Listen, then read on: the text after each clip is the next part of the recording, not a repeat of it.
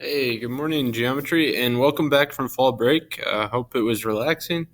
Hope you guys had some time to kind of reset and go ahead. And the first thing I'd like you guys to do today is we have these three different formulas here, and I strongly recommend right now you copy these down. Okay, if you don't have enough time right now, pause the video, copy them down. This first one is the slope of a line. Okay, the m represents slope equals y2 minus y1 over x2 minus x1. Okay, that's essentially our rise over our run. This is all stuff you've seen before. Okay. The second one, slope-intercept form, y equals mx plus b. I'm guessing lots of you know this one. The m, once again, is our slope. The b is our y-intercept. And then our final one here, point slope form. This is where our m is still slope, and we plug in a point, and then we can change this into slope-intercept form. So once again, if you haven't had time to get these two down, pause the video so you can copy them into your notes. You will need these throughout the rest of chapter 3, so I strongly recommend you copy them down. All right, so today we're going to talk some about writing equations of lines. So first, and it's up to you if you put this, but let's think about with parallel lines. This, and your definition doesn't have to be the exact same because you're writing your own definition, but it's when we have two or more lines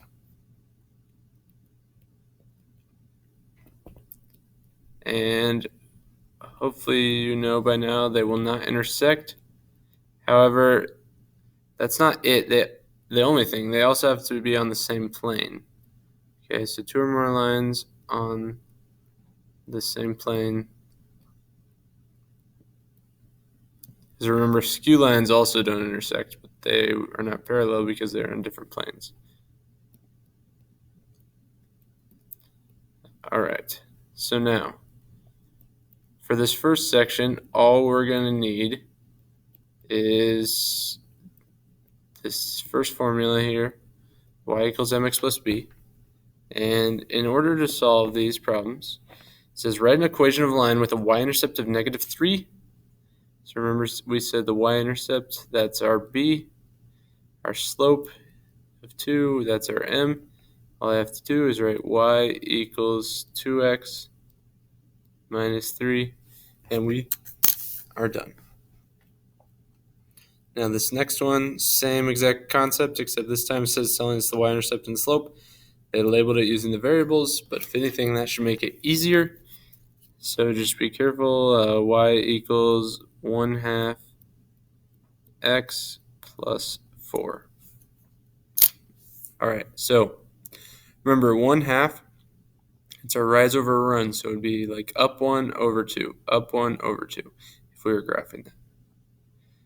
Now, we already wrote these down, hopefully, but sometimes we are not given both the point, or we aren't given the y-intercept and the slope, so we kind of have to figure it out ourselves.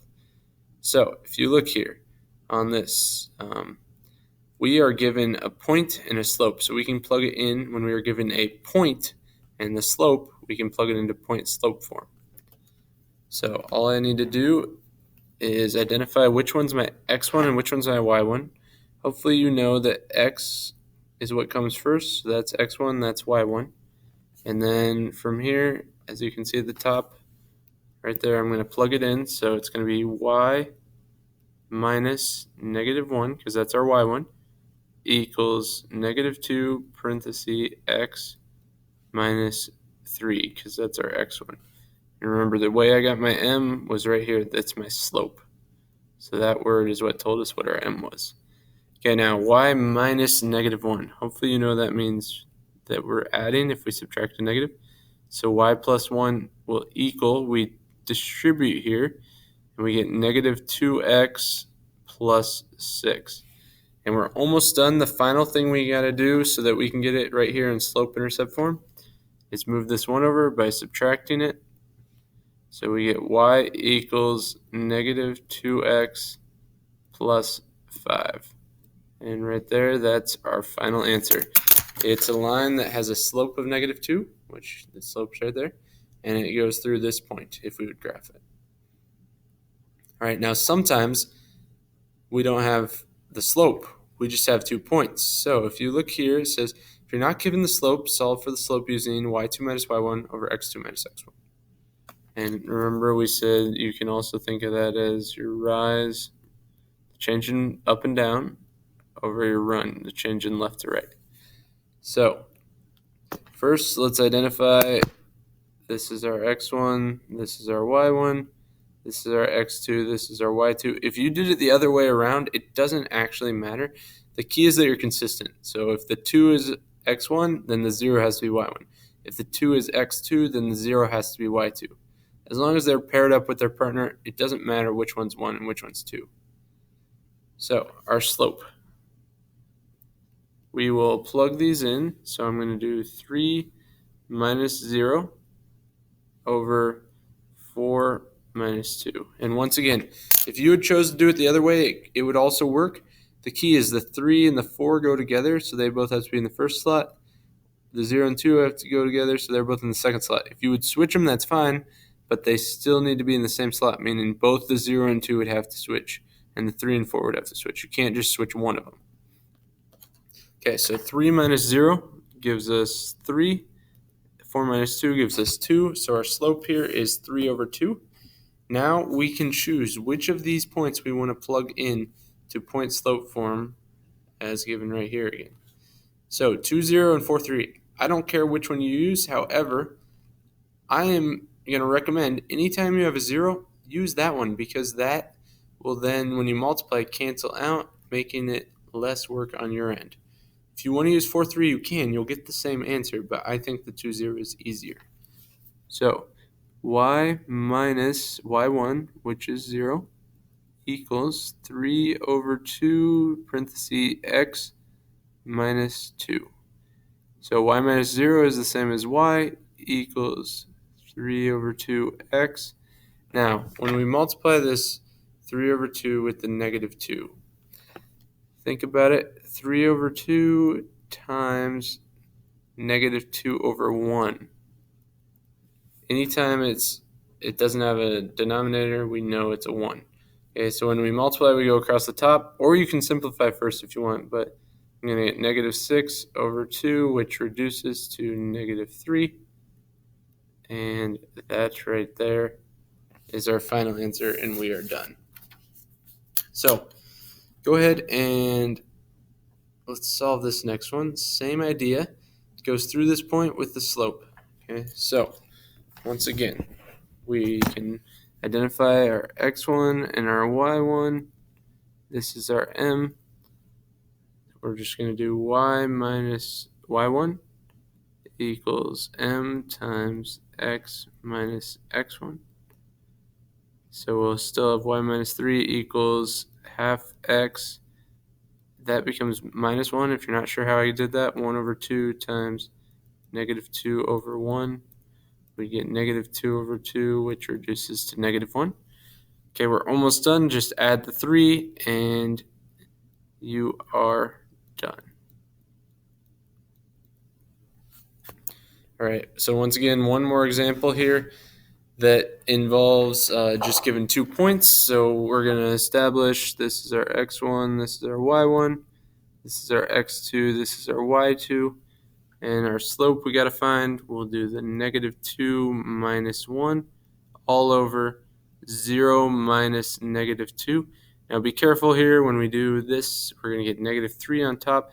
Minus negative 2 actually becomes plus 2, and we get negative 3 over 2 as our slope. Now, once again, you can use either one. I recommend using this one because of the 0. It should help us a little bit, but you can use whichever one you prefer. So y minus negative 2 equals negative 3 over 2 parenthesis x minus 0. When we distribute, well, first off, plus plus, so we get y plus 2 equals negative 3 halves x. And when we multiply it by 0, it'll be plus 0. Okay, so now what we need to do is subtract the 2, and we're going to have y equals negative 3 over 2x minus 2. Okay. So, all right, and this right here then is our final answer. Okay, so there's one final thing I want to talk about today, and that's right here. It says, write an equation of a line that passes through 2, 0 and is parallel to the line y equals 2x minus 1. Well, hopefully you know if two lines are parallel, they run beside each other, which means if this was like a rise of 1 over 1, over here would also be up 1 over 1. Okay. Meanwhile, if it was a line like that, down 1 over 1, it's going to be down 1 over 1. They always have the same slope. And anytime lines are parallel, they have the same slope. So right here, the first thing we want to do is check. We know it's going to go through this point, so that's our x1 and our y1, and it's parallel, which means if the slope of this is 2, it will be the same. We will have a slope of 2. So we can just do y minus that 0 for the y1 equals 2 parentheses x minus 2. We distribute this. The y minus 0 just becomes y, and we get equals 2x minus 4. And that is our final answer. Okay, number 6, same idea. It tells us it's going through the point 2, 1, and it's parallel to this. So the slope of this line is 4. If it is parallel, it means it's got to be the same. Once again, x1, y1.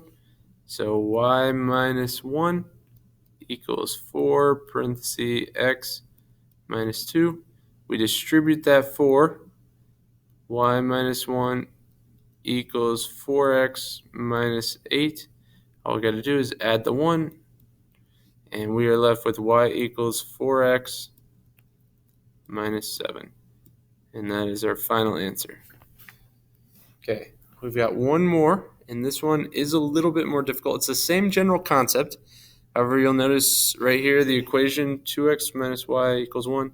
It's not in the same format. So first we need to transfer this into point slope form. So I'm going to subtract the 2x, and we'll be left with just negative y. Now 1 and negative 2x cannot combine, so I'm going to put it like this just because that's the order we're used to when we have our x and then our constant. But those cannot combine. Then we divide by a negative 1. If I divide, I got to divide all parts by it, and we'll get y equals 2x minus 1. So our slope, hopefully you can see, is 2. Now all we have to do is plug these in. So y minus 3 equals 2 parentheses x minus negative 4. That becomes plus. We distribute, and hopefully you get 2x plus 8. And then all we got to do is add that 3. And once we add 3, your final answer, y equals 2x plus 11. So if you have any questions, please reach out. There is a Delta Math assignment, so please try that. And remember, these 3 formulas, if you need to pause it and write them down. If you didn't write them down, you're going to need these formulas to do this activity, and you'll need them all week. So make sure it's somewhere handy. Maybe write it a few times just to be familiar with them. You don't have to memorize them, but you will need to know them. Have a great day, and let me know if you have any questions.